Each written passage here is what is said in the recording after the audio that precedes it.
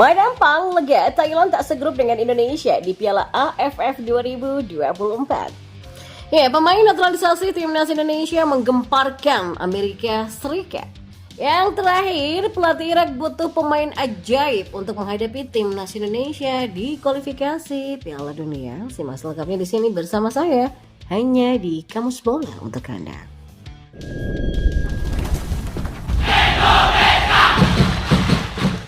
Ya, timnas Thailand tidak satu grup dengan timnas Indonesia di Piala AFF nanti. Presiden Federasi Sepak Bola Thailand yaitu FAT Nualpam Lamsam lega.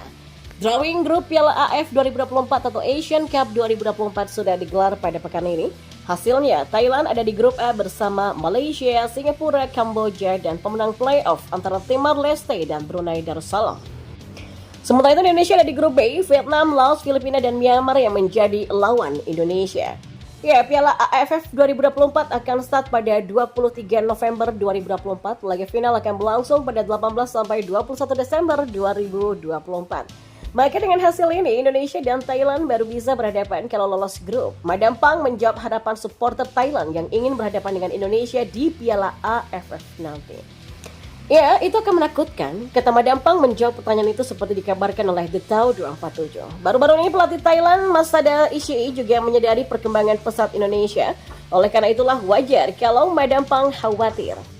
Ya, dalam beberapa laga sebelumnya, Indonesia bermain dan mencatatkan hasil yang bagus. Dan baru-baru ini, kualifikasi mereka bertambah dengan signifikan dan saya pikir timnas mereka akan terus membaik dan membaik, kata pelatih asal Jepang tersebut. Ya, pemain naturalisasi timnas Indonesia Martin Paes kembali menjadi sorotan karena aksinya bersama FC Dallas. Dia tampil luar biasa dalam pertandingan melawan Bay Rowdies di US Open Cup 2024.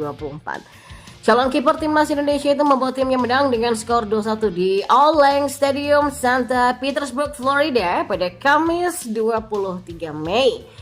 Dallas unggul 2 gol lebih dulu lewat gol-gol Patrick Delgado dan Logan Thornton di babak pertama. Martin Paes sebenarnya hampir membuka clean sheet. Namun wasit Guido Gonzalez memberikan tendangan penalti kepada Tampa Bay Rowdies yang dieksekusi oleh Josh Perez pada menit ke-85.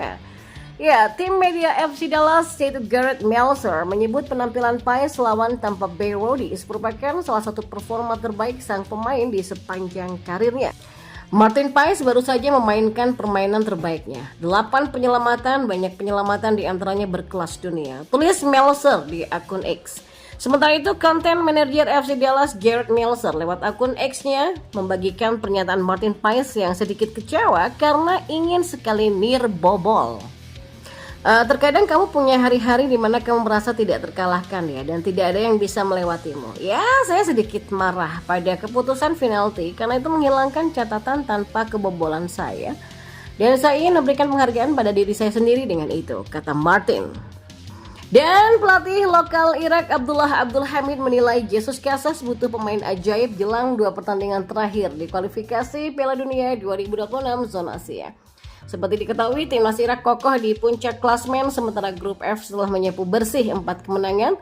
Ya, tidak hanya memimpin klasmen, tim besutan Jesus Casas itu juga sudah dipastikan lolos ke putaran ketiga kualifikasi Piala Dunia 2026. Dalam waktu dekat, Irak akan menjalani 2 pertandingan sisa di grup F dengan menghadapi timnas Indonesia dan timnas Vietnam. Selain itu, untuk menentukan peringkat Irak di ranking FIFA, kedua laga ini bisa menjadi penentu tim mana yang bakal mendampingi mereka ke putaran kualifikasi berikutnya. Dibandingkan Vietnam dan Filipina, timnas Indonesia lebih diunggulkan menemani Irak ke putaran ketiga kualifikasi Piala Dunia zona Asia.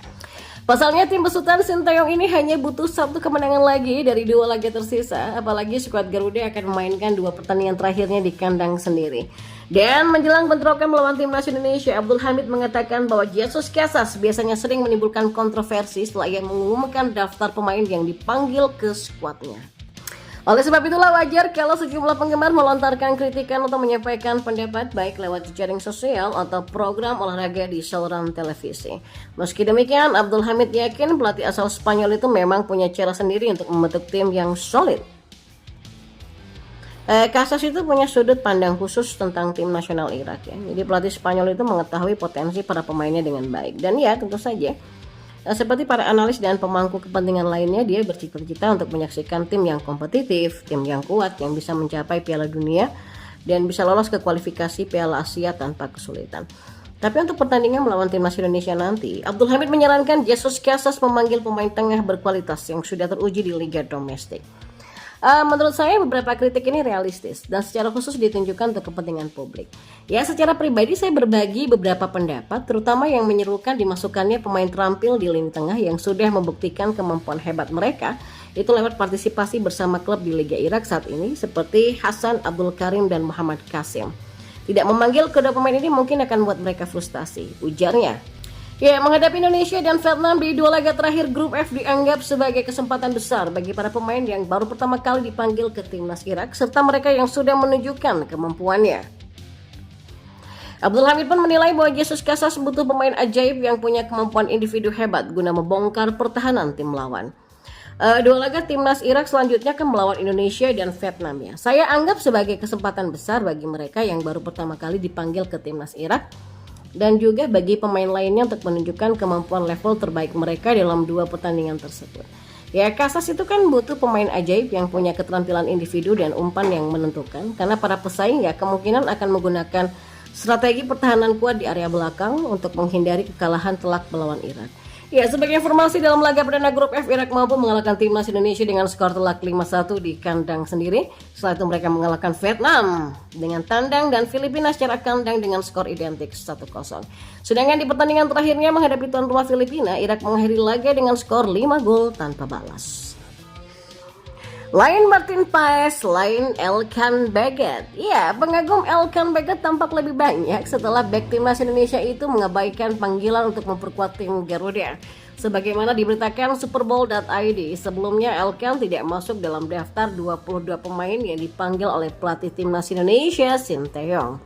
Deretan pemain yang dipanggil Shin Tae-yong tersebut disiapkan untuk memperkuat timnas Indonesia dalam laga lanjutan kualifikasi Piala Dunia 2026 zona Asia. Sebelumnya Elkan juga tidak bisa memperkuat timnas U23 di ajang Piala Asia U23 kemarin karena tidak dilepas oleh klubnya Bristol Rovers. Elkan tampak mengabaikan panggilan timnas Indonesia dan lebih memilih untuk pergi liburan ke Maladewa.